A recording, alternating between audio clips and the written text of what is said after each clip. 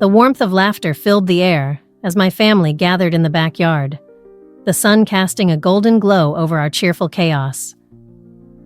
Children ran in circles, while adults mingled, sharing stories and teasing one another. I felt a familiar comfort in the moment, yet something else stirred within me. Something I couldn't quite place. It was during one of those playful exchanges that Ethan caught my eye. He was laughing, his smile bright and genuine, and for a fleeting moment, I felt a jolt in my chest. "Miranda, you should join us," Ethan called out, his voice playful, pulling me from my thoughts. I forced a smile, but inside, my heart raced. Why was I feeling this way? It was just Ethan, my friend. Yet, as he approached, the air around us thickened.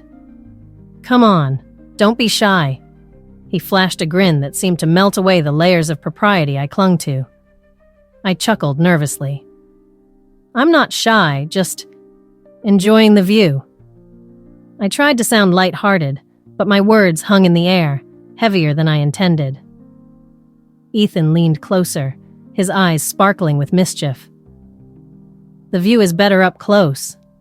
His tone was teasing, yet there was a sincerity that made my stomach flutter. I glanced around, ensuring Samuel was busy chatting with my brother, oblivious to the moment unfolding before me.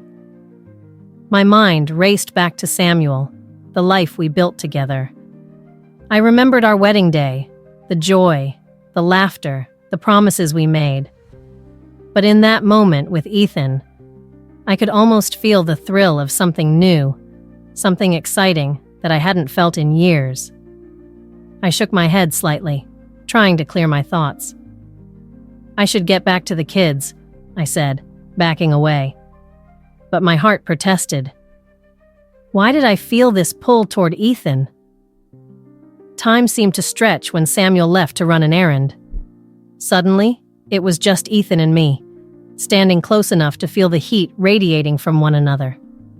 My heart raced as our eyes locked. "What if you just let go for a moment?"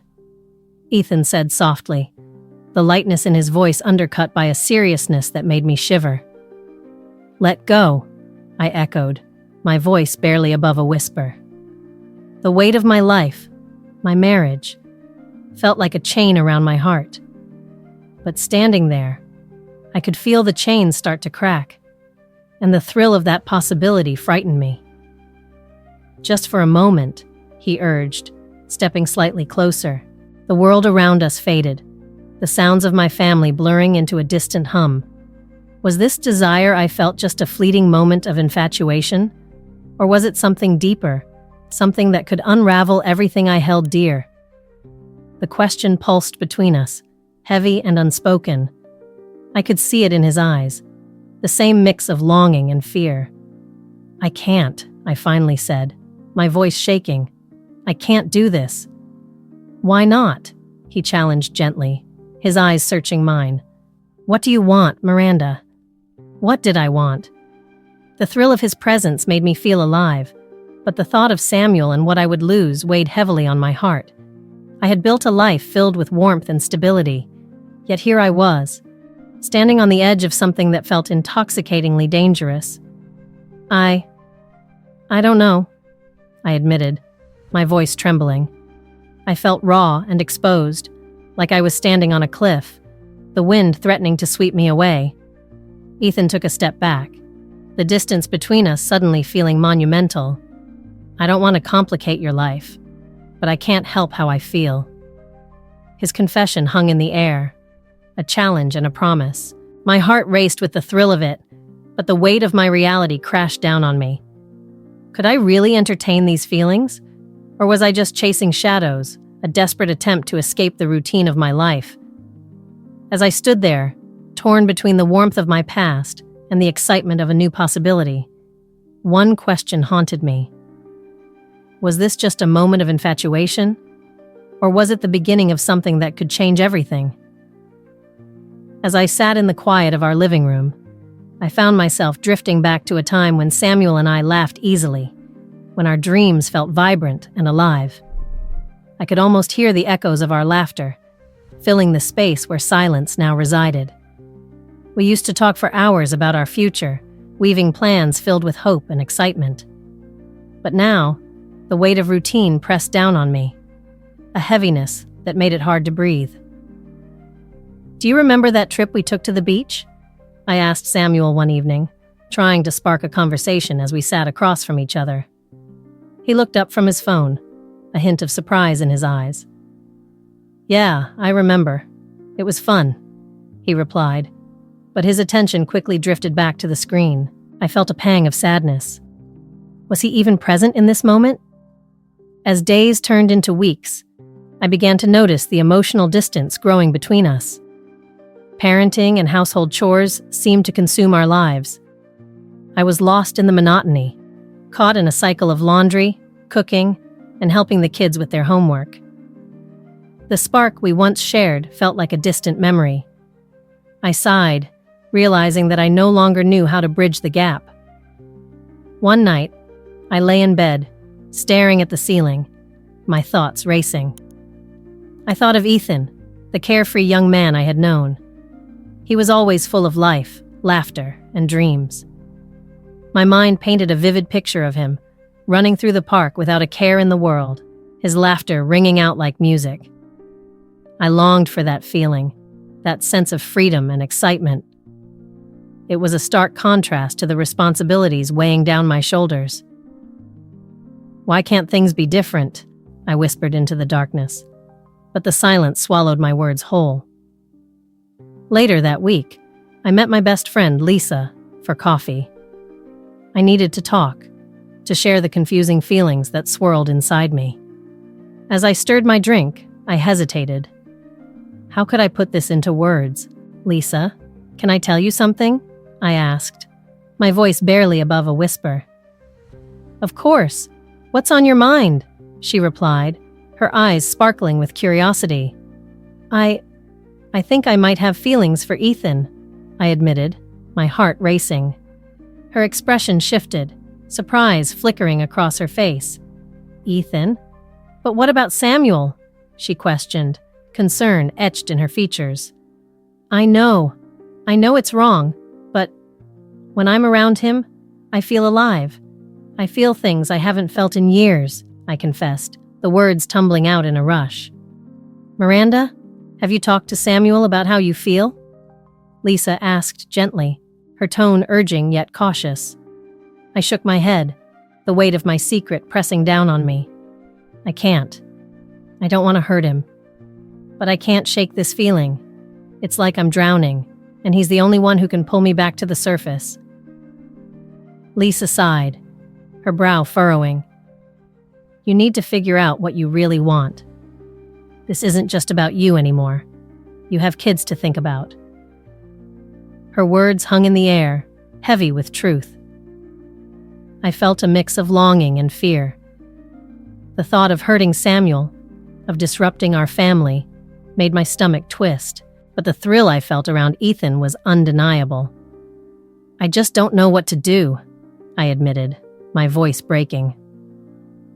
"Maybe take some time to think.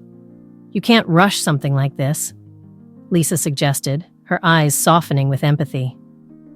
As I left the cafe, my mind was a whirlwind of emotions.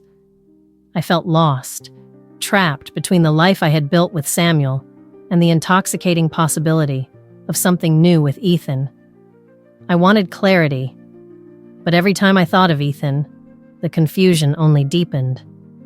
What was I searching for? And why did the thought of losing everything I had feel like a distant echo, overshadowed by the thrill of what could be? That night, as I lay in bed, I stared at the ceiling again, wrestling with my thoughts. I had to decide whether to confront these feelings or let them simmer under the surface. But one thing was clear. I could no longer ignore the growing divide between my heart and my life. It was time to face the truth, whatever it might bring. The house party was supposed to be an ordinary gathering, filled with laughter and warm conversations. But as the night wore on, I felt a shift in the air. The familiar chatter around me faded into a distant hum, and all I could focus on was Ethan. He was across the room, laughing with my brother, his smile lighting up the space. It was as if a spark had ignited, turning the friendly atmosphere into something charged and electric. I watched him, my heart racing. Memories of our playful exchanges flooded back to me. I bit my lip, trying to suppress the thrill that coursed through my veins. I had never felt this way about anyone but Samuel, and even now, as I stood next to my husband, I was drawn to Ethan like a moth to a flame. "Miranda, are you okay?" Samuel asked, his voice pulling me back to reality. "Yeah, just tired," I lied, forcing a smile. I could see the concern in his eyes, and I hated that I was hiding this part of myself from him. But how could I explain what I was feeling? How could I tell him that every time Ethan was near, my heart raced and my mind swirled with confusion? As the night progressed, Samuel stepped out to run an errand. I felt a rush of panic and excitement. Alone with Ethan, I could feel the tension building between us. He approached me, his eyes searching mine, and I knew this was a moment I could not ignore.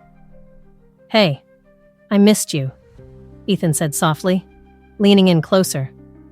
The world around us blurred, and it was just the two of us. I could smell his cologne, fresh and intoxicating. "I missed you too," I admitted, my voice barely above a whisper. I glanced around, making sure no one was watching. The thrill of secrecy only heightened the moment. Ethan's gaze locked onto mine, and before I could think, he stepped even closer. "Can I kiss you?" he asked, his voice low and filled with an urgency that matched my own. For a heartbeat, I hesitated. My mind raced with thoughts of Samuel, my children, and the life we built together. But in that instant, all I could think about was the electric energy between Ethan and me. I nodded, my breath hitching as he leaned in. Our lips met softly at first, and then it deepened, a rush of passion that took my breath away. It was everything I had been yearning for, a moment of pure exhilaration that made me forget the world. But as quickly as it began, guilt washed over me. What had I just done? We broke apart, both of us breathless. "What have we just done?" I asked, my voice trembling with fear and excitement. Ethan looked conflicted, his brow furrowed. "I don't know, but it felt right," he replied, running a hand through his hair. "But what about Samuel?" The mention of my husband sent a wave of guilt crashing over me. I felt sick to my stomach. "I can't keep doing this. I can't hurt him," I said, stepping back, my heart pounding. I glanced toward the door, half expecting Samuel to walk in at any moment.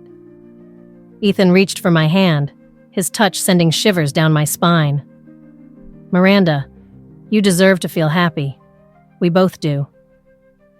His eyes were filled with longing, but I could see the worry there too.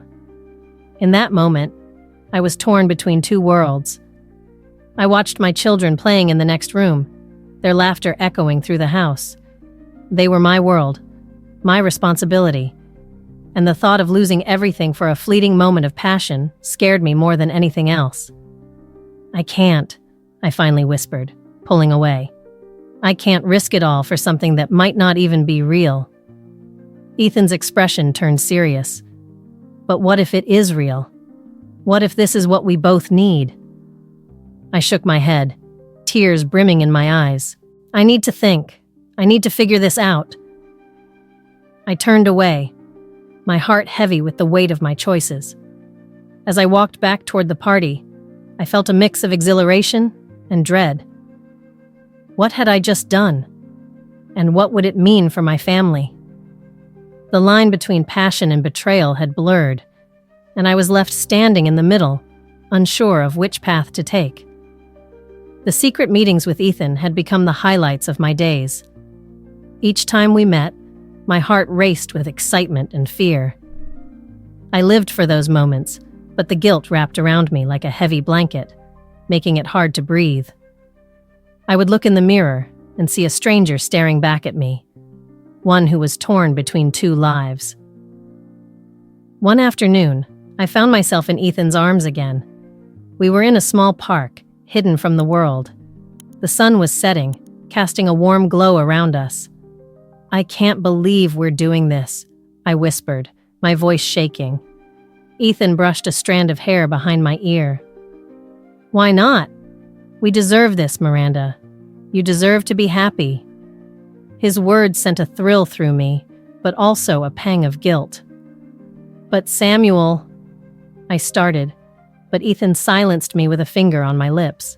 "Forget about him for a moment. Just be with me," he urged, his eyes filled with longing. I felt myself melting into his embrace, and for a brief moment, I did forget. But as the day turned to dusk, the weight of my choices crashed back down on me. I was playing with fire, and I knew it. That evening, as I prepared dinner, my heart sank when I heard the sound of the front door opening. Samuel was home earlier than usual. Panic surged through me. I glanced at my phone. Ethan had just sent me a message. "On my way." I needed to hide him. "Miranda," Samuel called out, his voice echoing through the hallway. I rushed to the living room, my heart racing. "Yes, just finishing up here," I replied, trying to sound casual. I hurriedly texted Ethan, "Samuel's home, hide." I held my breath, praying he would get the message in time. I heard footsteps approaching. "What smells so good?" Samuel asked, entering the kitchen. He looked at me with a smile that made my heart ache. "I thought I'd surprise you by coming home early." I forced a smile back. "Just making your favorite, spaghetti." I stirred the pot, hoping my hands wouldn't shake. But my mind was racing. Where would Ethan go?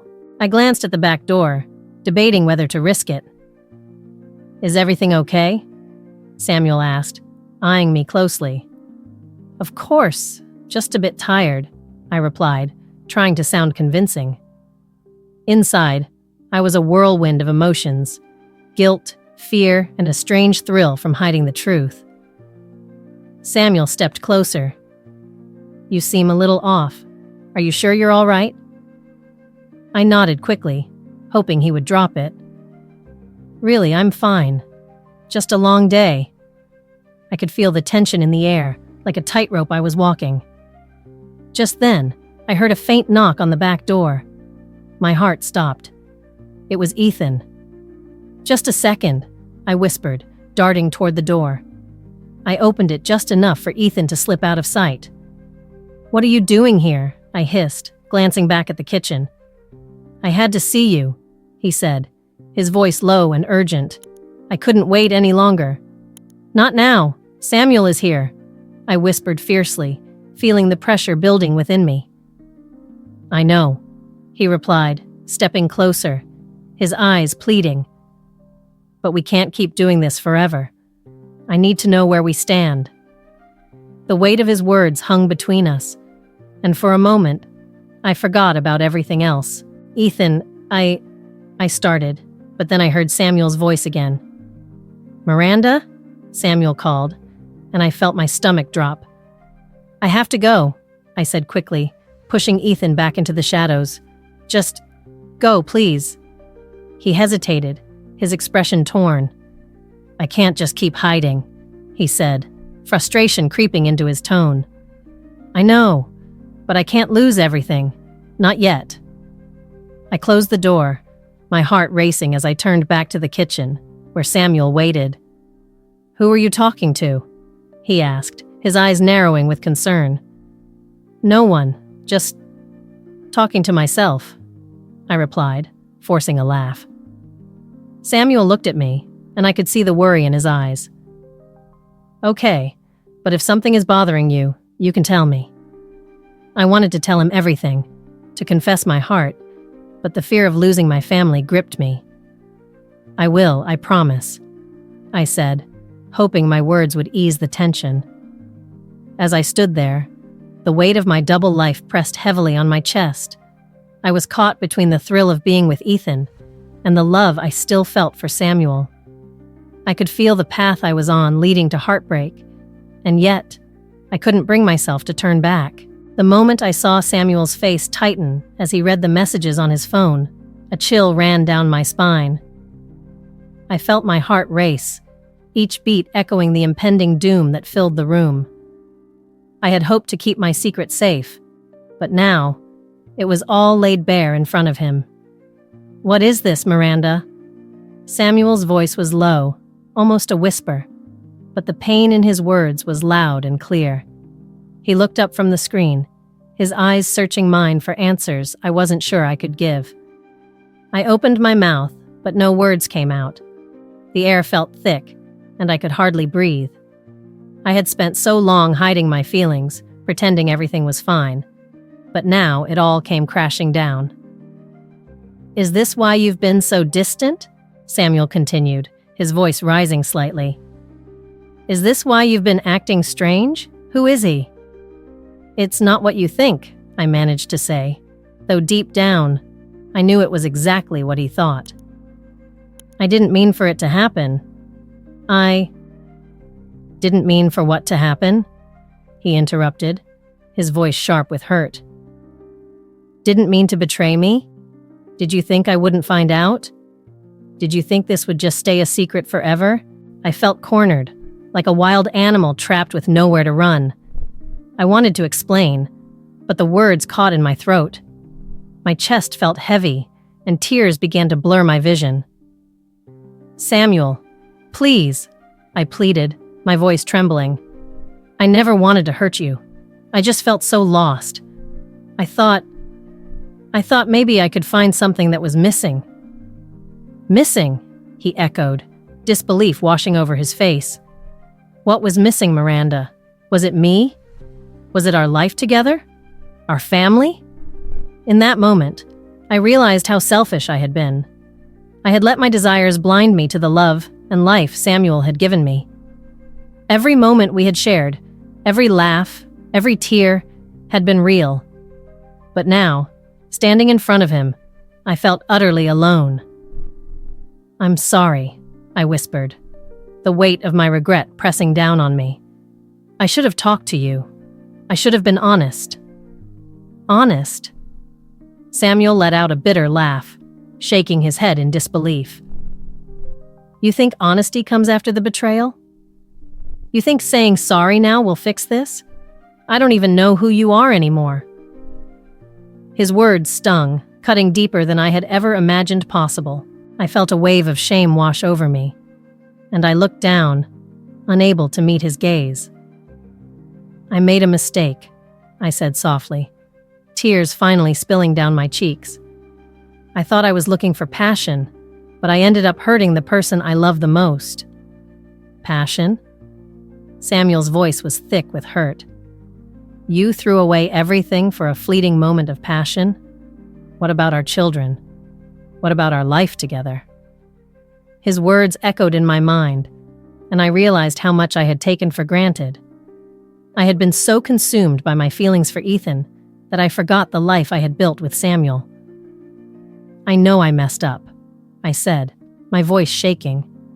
"I know I can't change what I did. But I want to fix this, Samuel. I want to fight for us."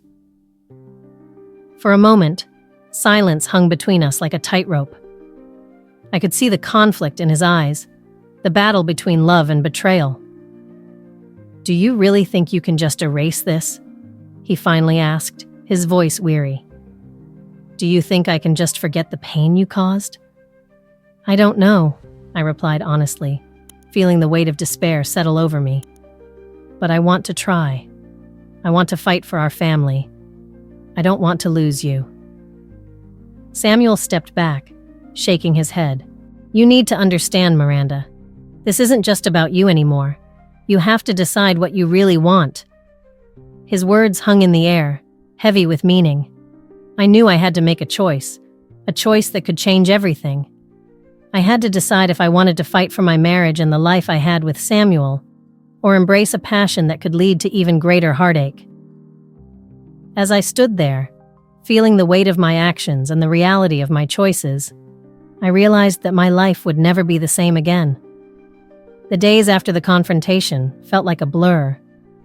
I wandered through my house, once a place of comfort, now a prison of my own making. Samuel and I moved around each other like shadows, both aware of the weight of silence that hung between us. Every creak of the floorboards echoed our unspoken words. "Miranda," Samuel said one evening, breaking the stillness. He stood in the doorway of the living room, his expression a mix of hurt and resolve. "Can we talk?" I nodded, my heart racing. I had hoped for this moment, yet dreaded it all the same. I gestured for him to sit, and I sank into the chair across from him, the air thick with tension. "You know I love you," he began, his voice steady, but filled with pain. "But how could you do this to us? To me?" "I don't know," I whispered, tears brimming in my eyes. "I felt lost, Samuel. I thought I was looking for something I thought I lost." He shook his head, frustration evident on his face. "You thought cheating would fill that void? You could have talked to me. We could have worked on it together." I wanted to scream that it was not that simple. I had tried to reach out, but it felt like a wall had grown between us. Instead, I looked down at my hands, wishing I could disappear. "I'm sorry. I never wanted to hurt you." The silence stretched again, heavy and suffocating. I could see the conflict in his eyes. He was hurt, but there was a flicker of hope.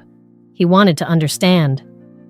"I think we need help," I finally said, my voice barely above a whisper. "I want to try to fix this." "Therapy?" he asked, his brow furrowing. "You really think that will help?" "I don't know, but I'm willing to try. I want to understand why I did this. I want to figure out how to get through this."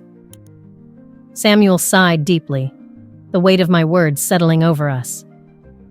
"Okay, if it's what you want, I'll go with you." I could hardly believe he was willing to try. Hope flickered in my chest, but it was fragile. I knew rebuilding trust would take time. As the days turned into weeks, I started seeing a therapist. Each session felt like peeling back layers of a long-buried truth. I talked about my feelings of neglect and how the routine of life had dulled the spark I once felt. "I thought I could find that spark with Ethan," I admitted one day, feeling vulnerable as I spoke. "But it was just a distraction. I thought it would make me feel alive again."